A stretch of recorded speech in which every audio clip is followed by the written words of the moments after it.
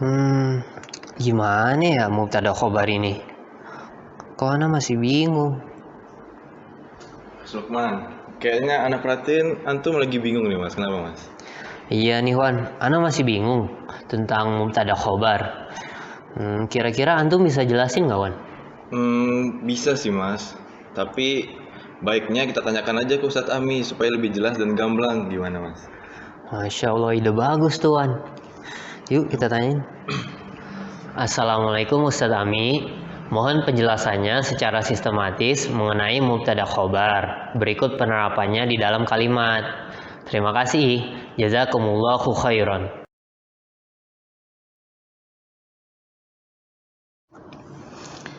Bismillah walhamdulillah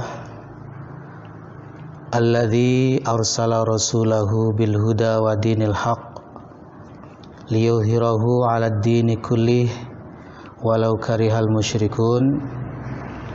Asyhadu an la ilaha illallah wahdahu la syarikalah wa asyhadu anna Muhammadan 'abduhu wa rasuluh. Amma ba'du.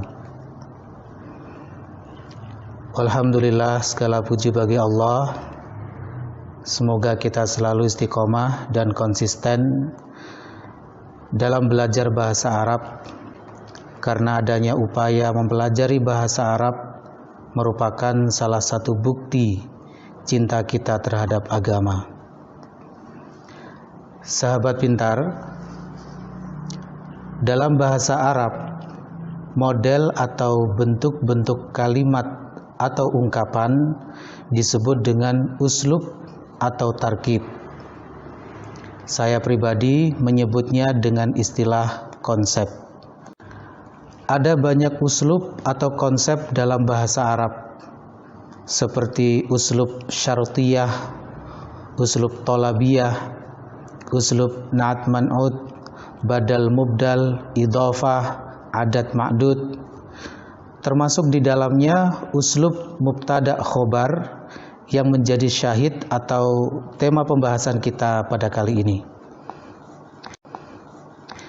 Sahabat pintar, dalam tulisan atau pembicaraan sehari-hari tentu tidak lepas dari ungkapan atau kalimat pengkabaran, memberitakan atau memberi informasi.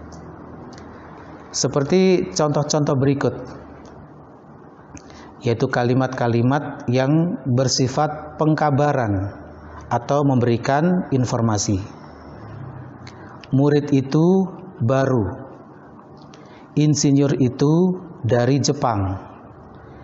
Ini mobil kepala sekolah. Pak guru di dalam kelas. Anak itu membaca Al-Quran. Ibuku sedang memasak di dapur. Jika kita perhatikan, semua kalimat tersebut mengandung pemberitaan atau informasi. Ada berita, ada yang diberitakan. Ada kabar, ada yang dikabarkan. Sekarang mari kita coba untuk menguraikan beberapa kalimat yang sudah kita sebutkan tadi. Misalnya, murid itu baru. Baru ini sebagai berita atau kabar. Murid itu sebagai yang diberitakan atau dikabarkan. Pak guru di dalam kelas. Di dalam kelas sebagai berita atau kabar. Pak guru sebagai yang diberitakan atau dikabarkan. Ibuku sedang memasak di dapur. Sedang memasak sebagai berita atau kabar. Ibuku sebagai yang diberitakan atau dikabarkan. Sahabat pintar, tipe jumlah atau kalimat dengan uslub pemberitaan atau pengkabaran seperti ini di dalam bahasa Arab menggunakan konsep mubtada khobar. Sehingga bisa dikatakan konsep mubtada khobar adalah suatu konsep jumlah yang pada umumnya berfungsi untuk mengkabarkan atau memberitakan sesuatu. Dalam hal ini, mubtada adalah bagian yang dikabarkan, khobar adalah bagian yang menjadi kabarnya. Jadi, apabila kita ingin menerapkan kalimat atau ungkapan yang mengandung pengkabaran atau pemberitaan, maka kita memakai uslub atau konsep mubtada khobar. Dari kalimat-kalimat yang tadi kita sebutkan, mari coba kita terjemahkan ke dalam bahasa Arabnya dengan konsep mubtada khobar. At-talibu jadidun, murid itu baru. Al-mudarrisu fil fasli, pak guru di dalam kelas. Ummi tatbahu fil matbahi, ibuku sedang memasak di dapur. Sahabat pintar, setiap uslub atau konsep di dalam bahasa Arab memiliki fungsi dan aturan. Sekali lagi, memiliki fungsi dan aturan. Lantas bagaimana fungsi dan aturan dari konsep mubtada khobar? Mubtada khobar memiliki fungsi memberikan berita atau kabar atau informasi mengenai sesuatu, yang mana sesuatu itu tidak lain adalah mubtada itu sendiri. Sedangkan aturannya adalah dengan cara menerapkan kisi-kisi yang dimiliki oleh mubtada dan khobar masing-masing. Nah, sekarang seperti apa kisi-kisi dari mubtada khobar yang dimaksud itu? Terlebih dahulu, mari kita perhatikan definisi masing-masing dari mubtada dan khobar. Karena dari definisi ini nanti akan bisa kita tarik kisi-kisi dari masing-masing mubtada khobar tersebut. Mubtada adalah isim marfu' yang hukum asalnya terletak di awal jumlah atau kalimat dengan sifat asalnya ma'rifah. Bisa menjadi nakiroh dengan syarat-syarat tertentu. Adapun khobar adalah kata atau lafaz yang melengkapi mubtada untuk membentuk jumlah yang mufidah, yaitu kalimat sempurna yang sudah bisa dipahami maksudnya, dengan sifat asalnya nakiroh. Khobar bila berupa isim, i'rabnya juga marfu'. Nah, dari definisi keduanya tersebut dapat kita tarik pemahaman bahwa mubtada memiliki 3 kisi utama.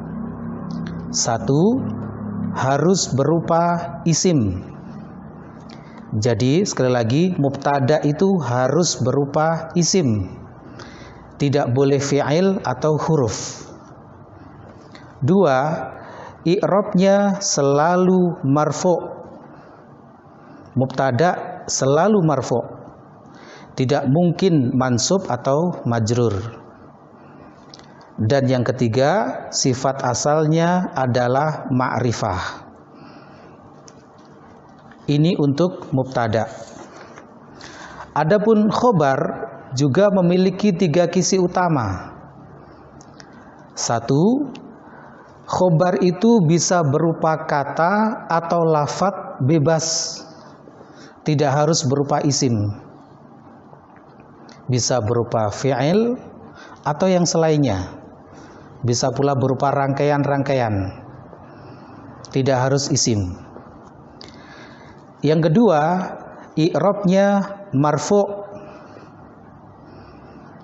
Dan yang ketiga, sifat asalnya nakiroh.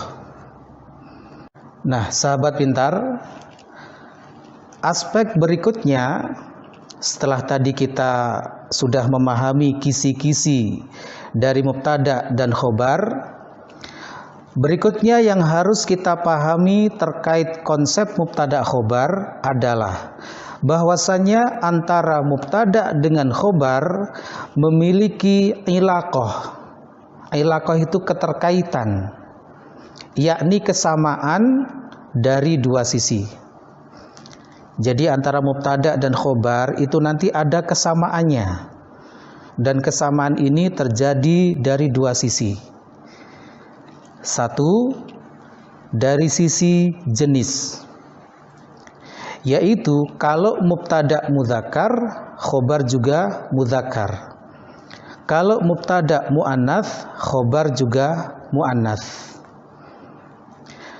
Yang kedua adalah dari sisi adat atau bilangan, yaitu kalau mubtada mufrad, khobar juga mufrad. Kalau mubtada musanna, khobar juga musanna. Kalau mubtada jamak, khobar juga jamak. Sekarang mari kita coba terapkan ilaqah ini dalam contoh-contoh kalimat dalam bahasa Arab. Yang pertama, untuk contoh-contoh kalimat dari sisi mudzakkar. At-talibu jadidun, siswa itu baru. At-talibu di sini mudzakkar, maka jadidun juga mudzakkar, tidak boleh jadidatun. At-talibani jadidani, dua siswa itu baru. Ini adalah contoh untuk musanna. At-talibani mubtada musanna, jadidani khobarnya juga harus musanna. At-talibuna jududun, para siswa itu baru. Ini adalah contoh untuk yang jamak. At-talibuna mubtada jamak, maka khobarnya juga dalam bentuk jamak. Jamak dari jadidun adalah jududun.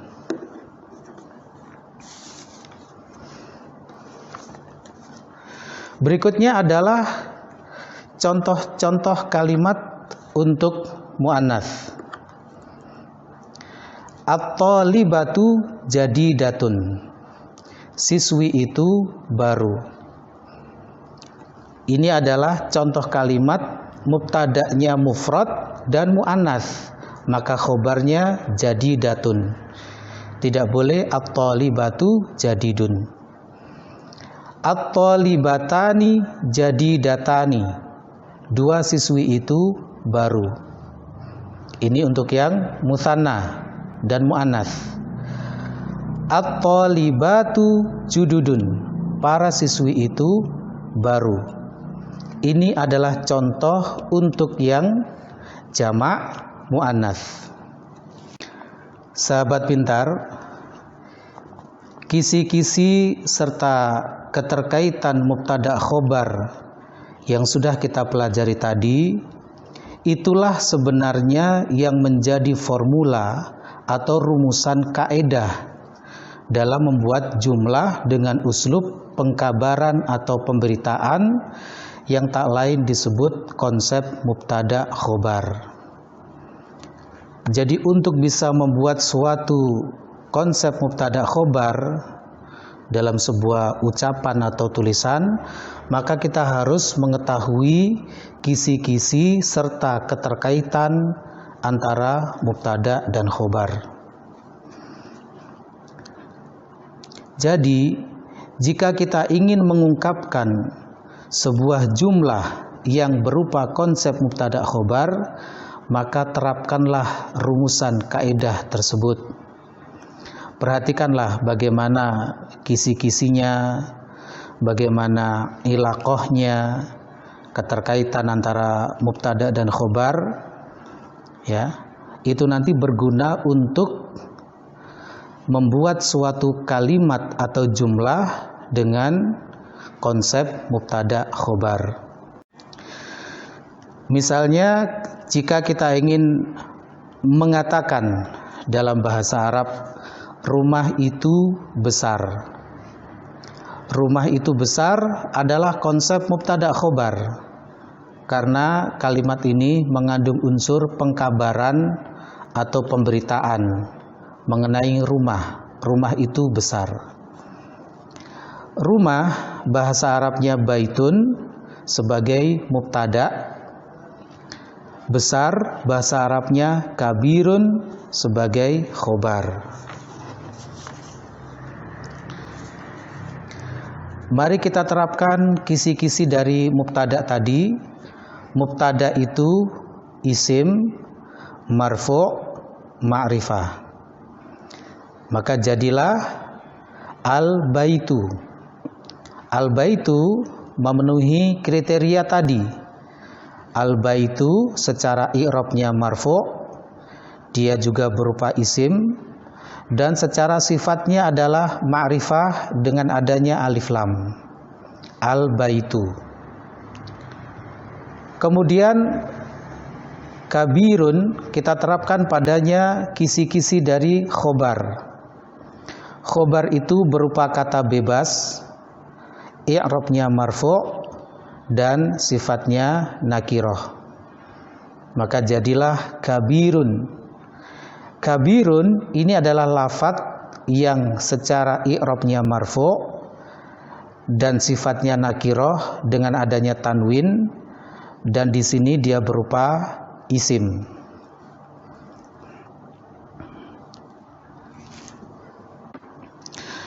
Nah, setelah kita menerapkan kisi-kisi dari mubtada dan khobar tadi, sekarang mari kita perhatikan ilaqah atau keterkaitan antara mubtada dan khobar. Satu, jenisnya harus sama. Dua, adatnya harus sama. Kalau kita perhatikan antara al-baitu dengan kabirun, ini telah memenuhi kriteria dari ilaqah mubtada khobar tadi. Al-baitu mudzakkar, kabirun mudzakkar. Al-baitu mufrad, kabirun juga mufrad. Maka jadilah rumah itu besar, bahasa Arabnya adalah al-baitu kabirun. Al-baitu sebagai mubtada, kabirun sebagai khobar. Sahabat pintar, nah sekarang apakah Anda sudah bisa memahami konsep mubtada khobar secara sistematis dan gamblang? Jika sudah, maka cobalah untuk menerapkan kalimat-kalimat berikut ini ke dalam konsep mubtada khobar sebagai bahan latihan ya. 1. Gunung itu tinggi. 2. Mobil itu indah. 3. Dua lelaki itu adalah pedagang. Jika Anda bisa menjawab kalimat-kalimat ini dengan tepat dalam konsep mubtada khobar, berarti Anda sudah paham bagaimana aturan dari konsep mubtada khobar. Sahabat pintar, tadi sudah kita pelajari bahwasanya 1. Mubtada sifat asalnya adalah ma'rifah. 2. Mubtada hukum asalnya berada di depan, di awal jumlah atau kalimat. Maka barangkali timbul pertanyaan, bolehkah mubtada bersifat nakiroh? Bolehkah mubtada berada di belakang, yakni jatuh setelah khobar? Pertanyaan-pertanyaan ini insya Allah akan saya jawab dan uraikan pada kesempatan episode berikutnya. Demikian penjelasan dari saya mengenai konsep mubtada khobar. Semoga bisa membantu kita semua di dalam memahami bab ini. Walhamdulillah, barakallahu fikum. Nah, gimana Mas penjelasannya Ustaz Ami tadi? Alhamdulillah Wan, Ana sekarang jadi ngerti tentang mubtada khobar. Penjelasannya mumtaz. Ya udah Mas, ana pulang dulu ya. Assalamualaikum. Waalaikumsalam warahmatullahi wabarakatuh. Silahkan like dan share video ini jika dirasa bermanfaat dan jangan lupa subscribe bagi yang belum subscribe. Nyalakan juga lonceng notifikasinya agar tidak ketinggalan video-video dari kami berikutnya. Sampai jumpa di video selanjutnya. Terima kasih. Jazakumullahu khairan.